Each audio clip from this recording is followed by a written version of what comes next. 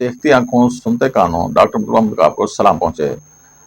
दोस्तों, जैसा कि आपको मालूम है कि वीकली व्लॉग में मैं पिछले कई हफ्तों से आंखों के अमराज पर बात कर रहा हूँ। तो इस ही सिलसिले में अगली मर्ज़ पर बात करूँगा और ये भी साथ बताऊँगा कि पिछला व्लॉग सैलाब ज़दगान के हवाले से तरतीब दिया था। तो उसी अब आंखों के सिलसिले को कंटिन्यू करते हुए इसके एक दो व्लॉग या शायद ये आखिरी व्लॉग करके अगले किसी आर्गन की मर्ज़ पर बात किया करेंगे।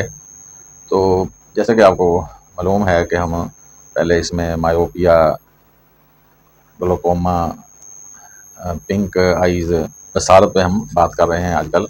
तो आज का व्लॉग आंखों की मर्ज़ में एक और मर्ज़ स्क्वेनेट का नाम दिया जाता है, यानी कि भेंगापन। अच्छा, ये व्लॉग आप क्यों सुने, इसके लिए मैं आपको थोड़ी सी वजह बताता हूँ कि कम से कम आपको पता होगा, अगर आपने कोई भी व्लॉग सुना है होम्योपैथी के हवाले से, कि होम्योपैथी में कैसी कैसी चीज़ों के इलाज मौजूद हैं। यानी जिन लोगों जो अमराज ऑपरेशन से ठीक होती हैं वो होम्योपैथिक में बगैर ऑपरेशन के ठीक हो सकती होती हैं। तो या जिन चीज़ों का इलाज ही नहीं होता एलोपैथी या जदीद तिब में, उनका होम्योपैथी में बहुत आला इलाज होता है। इसी तरह आज की मर्ज़ भेंगापन पर बात कर रहा हूँ, तो कम से कम आपको मालूम होगा कि भेंगापन की भी होम्योपैथिक में अद्वियात हैं और इलाज पॉसिबल है।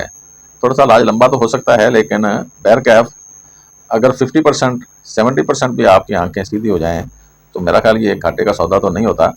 तो बात करते हैं स्क्वेंट पर। भेंगापन में दोनों आंखें एक सीध में नहीं देखती, बल्कि अंदर या बाहर को मुड़ जाती हैं। बाज़ औक़ात एक ही आंख खराबी का बायस होती है, सिर्फ वही अंदर या बाहर को मुड़ती है।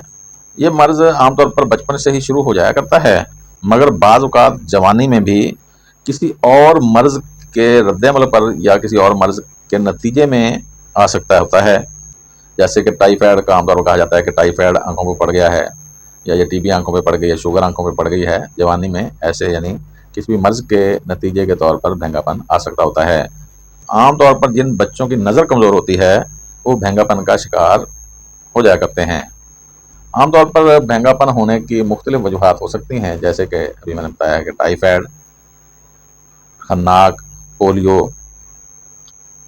खसरा वगैरह जो निकलता है, इन अमराज के रद्द-ए-अमल के तौर पर बचपन में भी हो सकता है या कई बार जेनेटिकली भी हो सकता है भेंगापन। तो आम मशहूर जो है टाइफाइड और खनाकी या पोलियो की वजूहात गिनी जाती हैं जिनसे भेंगापन हो जाया करता है। होम्योपैथिक में इसका बड़ा अच्छा इलाज मौजूद है। इलाज हम इसका किस तरह करेंगे? अगर नज़र कमज़ोर होगी तो ऐनक लगवा कर नज़र का इलाज भी साथ साथ करेंगे और स्क्वेंट यानी कि भेंगेपन का भी इलाज करेंगे। और अगर एक ही आँख में मसला हो तो अक्सर साइज आँख की बताई जाया करती है कि अगर फर्ज किया इधर को ज़्यादा है तो उसको कहा जाएगा कि इधर को आप आंखें बार बार करें। एक्सरसाइज के साथ साथ होम्योपैथिक में जो बेहतरीन स्क्वेंट पर काम करने वाली अद्वियात हैं उनकी लिस्ट दर्ज झेल है।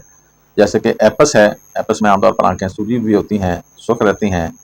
बचपन में आमतौर पर देखा गया है कि आंखों से पानी भी आया करता है।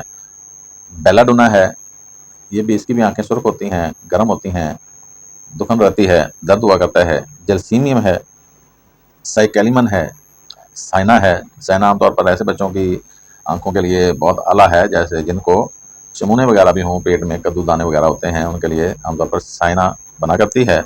स्पाइजीलिया है, आमतौर पर बाईं आंख अगर भेंगेपन का शिकार हो तो स्पाइजीलिया को प्रेफरेंस देंगे। सट्रामोनियम है।